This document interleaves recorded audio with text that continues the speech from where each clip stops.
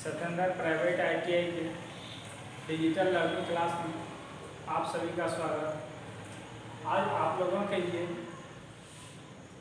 Question answer लेके आए हैं जो कि पिछले क्लास में हम लोगों ने पढ़े थे और इसके आगे आज हम लोग फिर से पढ़ रहे हैं। देखिए स्क्रीन पे आप लोगों को एक क्वेश्चन दिखाई देगा। क्वेश्चन क्या है? नियंत्रण ट्रांसफार्मर के साथ नियंत्रण पद क्यों प्रदान की जाती है? क्या बोल रहा है कि नियंत्रण ट्रांसफार्मर जो है उसके साथ नियंत्रण पद प्रदान क्यों किया जाता है? ऑप्शन ए देखिए क्या दिया है, लोड करने के लिए स्टेट वोल्टेज बनाए रखने के लिए।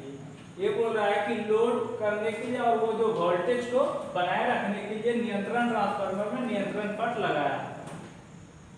ऑप्शन बी क्या है, सहायक सर्किट संचालित करने के लिए। ऑप्शन सी मुख्य आपूर्ति वोल्टेज बनाए रखने के लिए। और ऑप्शन डी पावर सर्किट को कम वोल्टेज की आपूर्ति करने के लिए। कम वोल्टेज आपूर्ति करने के लिए ऑप्शन डी, ये तो गलत हो गया, इसके लिए तो नहीं किया जाता सहायक ट्रांसफार्मर, तो इसके लिए क्या किया जाता? ऑप्शन नंबर बी, सहायक सर्किट संचालित करने के लिए जो है एक नियंत्रण ट्रांसफार्मर के साथ नियंत्रण पद प्रदान किया जाता है। किसके लिए? सहायक सर्किट संचालित करने के लिए जो है किया जाता है। ऑप्शन नंबर बी हमारा सही हो गया। फिर अगले क्वेश्चन में चलते हैं। अगला क्वेश्चन हमारा क्या है, देखिए क्या होता है अगर एक ऑटो स्टार डेल्टा स्टार्टर के शुरू होने के बाद भी टाइमर डिले रिले बंद हालत में होता है। यानी कि टाइमर रिले जो है यदि प्रारंभ स्टार्ट ऑटो स्टार्टर है वो प्रारंभ कर दिया गया, उसके बाद जो है यदि वो बंद हो जा रहा है रिले, तो क्या किस हालत में चलेगा? शुरू होता है और रुक जाता है, यानी मोटर स्टार्ट होता है और फिर बंद हो जाता है। ठीक, ऑप्शन नंबर बी क्या है, सामान्य रूप से चलता रहेगा। ऑप्शन नंबर सी क्या है, स्टार में ही चलता रहेगा। और ऑप्शन नंबर डी क्या है, डेल्टा में ही चलता रहेगा। देखिए जब मोटर को हम लोग स्टार्ट करते हैं उस समय तो स्टार में करते हैं, लेकिन ये क्या क्वेश्चन कह रहा है कि क्या होता है अगर एक ऑटो स्टार डेल्टा स्टार्टर शुरू होने के बाद टाइमर रिले जो है वो बंद हो जाता है। यानी जब वो बंद हो जाता है तब क्या होगा, जब प्रारंभ तो हो गया, जब प्रारंभ हो गया उसके बाद वो बंद हो जाएगा तो क्या होगा, बंद प्रारंभ करता है स्टार्ट में और चलने रन किस में पकड़ता है, डेल्टा में।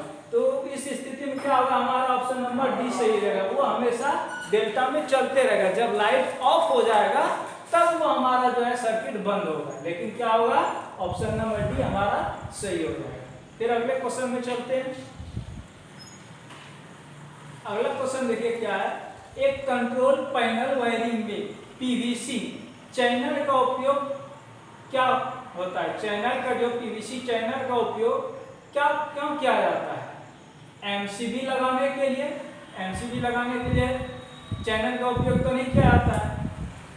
उसके बाद क्या है, रिले लगाने के लिए। उसके बाद सी नंबर ऑप्शन क्या है, बिजली के तार और सुरक्षा के लिए रास्ता। और ऑप्शन नंबर डी क्या है, डबल डेक सिरे संयोजक लगाना। डबल डेक सिरे संयोजक लगाने पिछले क्वेश्चन में हम लोग पढ़े थे ना, इसका प्रयोग काम किया जाता है सिरा का संयोजन करने के लिए। तो ऑप्शन नंबर डी तो हमारा नहीं होगा, गलत हो गया। एमसीबी लगाने के लिए भी प्रयोग नहीं किया जाता, ऑप्शन नंबर ए भी गलत हो गया। ऑप्शन नंबर बी रिले भी लगाने के लिए क्या होता है, ऑप्शन नंबर सी हमारा सही हो गया।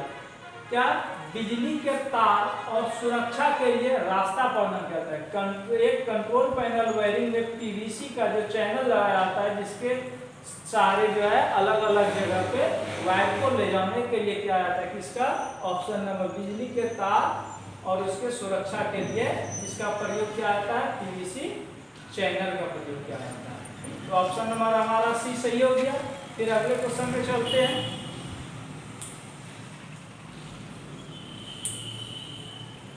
अगले क्वेश्चन में अगला क्वेश्चन हमारा क्या है कि नियंत्रण पट में थर्मल ओवरलोड रिले का उद्देश्य क्या होता है? जब किसी सर्किट को चालू कर रहे हैं उसमें क्या है, थर्मल ओवरलोड रिले लगा हुआ है, वो क्या काम कर रहा है? ओवरलोड रिले जो है ये हमारा क्या काम करता है? तो क्या कर रहा है? ऑप्शन नंबर ए में क्या है, सर्किट को चालू और बंद करने के लिए। रिले का क्या काम है? सर्किट को चालू बंद करने के लिए है? नहीं। ऑप्शन नंबर बी क्या है, पृथ्वी दोष से सर्किट की रक्षा करने, यानी अर्थ दोष से सर्किट को रक्षा करने के लिए। ऑप्शन नंबर क्या है, समय की देरी के आधार पर सर्किट को नियंत्रण करने के लिए। और ऑप्शन नंबर डी क्या है, मोटर को लोड और हीटिंग के लिए, यानी कि जब थर्मल की बात आया तो वहाँ टेम्परेचर होगा, थर्मल ओवरलोड रिले है, तो वहाँ पे क्या होगा कि जब ऑप्शन नंबर डी हमारा सही हो जाएगा, क्योंकि मोटर में जो है ओवर हीटिंग और लोडिंग दोनों से बचाता है। अधिक लोड हो जाएगा मोटर में, फिर भी थर्मल ओवरलोड क्या होगा, टेम्परेचर अधिक होगा तो वो सर्किट को ऑफ कर देगा, और यदि ओवर लोड भी हो जाएगा और ओवर हीट भी हो जाएगा, दोनों स्थिति में क्या करेगा, थर्मल ओवरलोड रिले बंद कर देगा सर्किट। तो ऑप्शन नंबर डी हमारा सही हो जाएगा। फिर अगले क्वेश्चन में चलते हैं। अगला क्वेश्चन क्या है, औद्योगिक अनुप्रयोग में मोटर्स के अनुक्रमिक नियंत्रण की आवश्यकता क्यों होती है? मोटर की जो है अनुप्रयोग में अनुक्रमिक यानी कि क्रम से प्रयोग किया है, इसका आवश्यकता क्यों होता है? अधिक भार साझा करने के लिए, अधिक भार के लिए मोटर को एक सीध में लगाते हैं, या बिजली की खपत को कम करने के लिए, ऑप्शन सी परिचालन लागत को कम करने के लिए, और ऑप्शन डी ऑपरेशन की सटीकता को बढ़ाने के लिए। देखिए एक क्रम में लगाया जाता है, क्यों लगाया जाता है? अधिक भार साझा करने के लिए नहीं, अधिक भार साझा करेंगे तो सब मोटर में तो अलग अलग ही भार होगा ना, इसके लिए नहीं किया जाता है।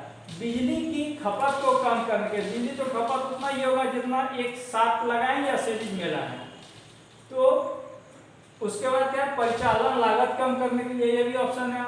ऑप्शन नंबर डी हमारा क्या होगा, ऑपरेशन की सटीकता को बढ़ाने के लिए। यदि एक क्रम से लगाएंगे तो जो हमारा उससे कार्य करेगा वो सटीकता से बनाए रखेगा। तो ऑप्शन नंबर डी हमारा क्या होगा, सही हो जाएगा। फिर अगला क्वेश्चन में चलते हैं। अगला क्वेश्चन क्या है, अगला क्वेश्चन क्या है, किसी सामग्री का उपयोग खुले फ्रेम के द्विधात्विक समायोजित थर्मोस्टेट संयोजक को बनाने के लिए किया जाता है, यानी किस धातु का प्रयोग किया जाता है, किसमें, थर्मोस्टेटर का संयोजक बनाने के, जहाँ पे पॉइंट जुड़ता है उसमें जो है किस चीज का उपयोग किया जाता है? चांदी का। ऑप्शन नंबर ए क्या है, चांदी। ऑप्शन नंबर बी क्या है, पीतल। ऑप्शन नंबर सी क्या है, तांबा। ऑप्शन नंबर डी क्या है, कांसा। तो जहाँ द्विधात्विक समायोजन बनाया जाता है, जिसमें कि किसमें बोल रहा है कि थर्मोस्टेटर संयोजन। जब थर्मोस्टेटर की बात कर रहा है तो वहां पे क्या क्या आता है, थर्मोस्टेटर में चांदी का परत चढ़ाया जाता है, जो कि बिजली का ये चालक अधिक है इसका चांदी का, इसलिए चांदी का परत चढ़ाया जाता है। ऑप्शन नंबर ए हमारा क्या हो जाएगा, सही हो जाएगा। फिर अगला क्वेश्चन चलते हैं।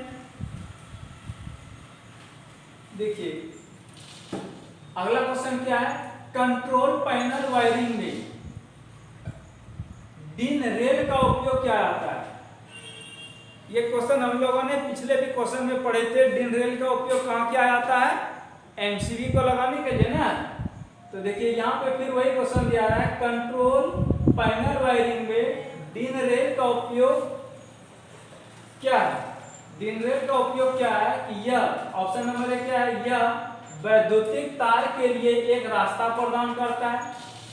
ऑप्शन नंबर बी क्या है, उच्च शक्ति वाले सर्किट सामग्री को स्थापित करने में। ऑप्शन नंबर डी क्या है, डबल डेक सिरे संयोजक में। और ऑप्शन नंबर डी क्या है, स्क्रू के बिना नियंत्रण सामग्री लगाने में। तो डिन रेल का जो है प्रयोग किया जाता है एमसीबी लगाने में, और एमसीबी लगाने में बिना स्क्रू का ही एमसीबी लगाया जाता है ना ड्रिल रेल की सहायता से। तो क्या होगा, इसका ऑप्शन नंबर हमारा डी सही होगा। स्क्रू के बिना नियंत्रण सामग्री को लगाने के लिए किसका प्रयोग किया जाता है, ड्रिल रेल का प्रयोग किया जाता है। पिछले क्वेश्चन में ये क्वेश्चन को पलटा के दिया गया था। तो फिर अगला क्वेश्चन हम लोग देखते हैं।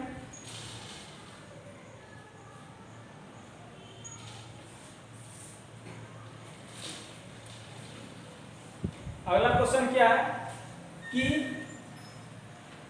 कौन सी डिवाइस अनुक्रमिक नियंत्रण प्रणाली में संचालित को नियंत्रित करती है। यानी कि कौन सी डिवाइस है अनुक्रमिक नियंत्रण प्रणाली में संचालित करता है, यानी क्रम बाय क्रम कौन ऑपरेट करता है। टाइमर, ए नंबर क्या है टाइमर, बी नंबर क्या है रिले, सी नंबर क्या है संयोजक, और डी नंबर क्या है नियंत्रण ट्रांसफार्मर।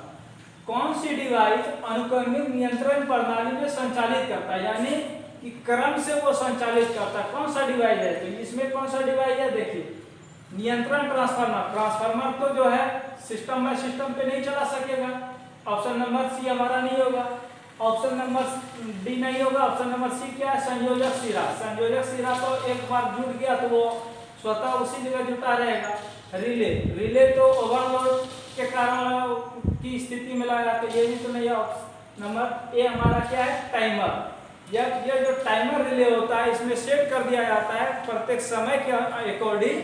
तो ये टाइमर रिले जो है नियंत्रण प्रणाली में संचालित करते रहता है, अपने ऑपरेट करते रहता है। कौन करते रहता है, टाइमर रिले। तो ऑप्शन नंबर ए हमारा सही हो जाएगा। फिर अगला क्वेश्चन देखते हैं। अगला क्वेश्चन क्या है कि कौन सी डीसी लोड संपर्कताओं के डीसी 4 मानक कर्तव्य चक्र द्वारा दर्शाया गया।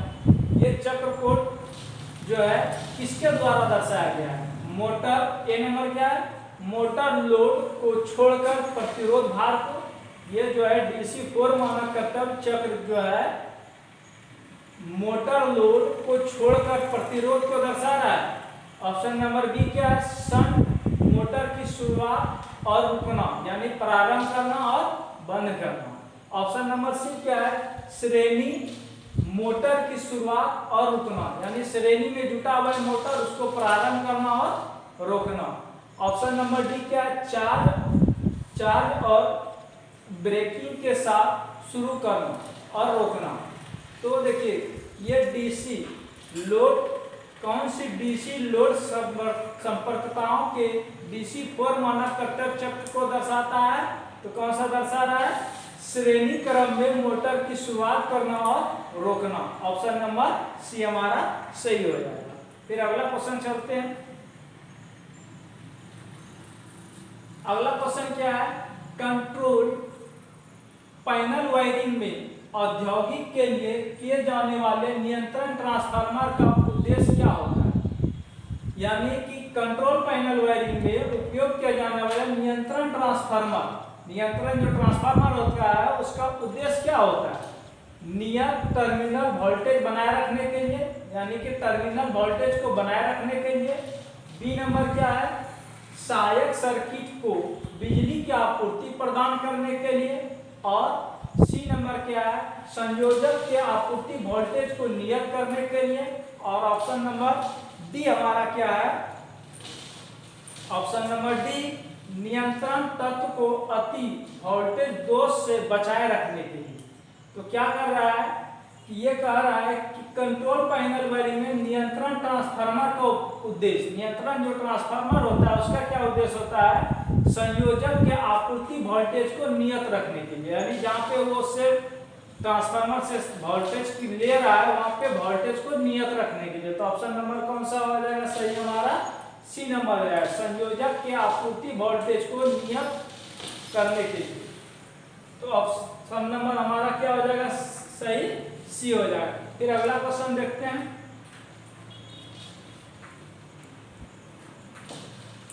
अगला क्वेश्चन क्या है किसी संयोजक के संपर्क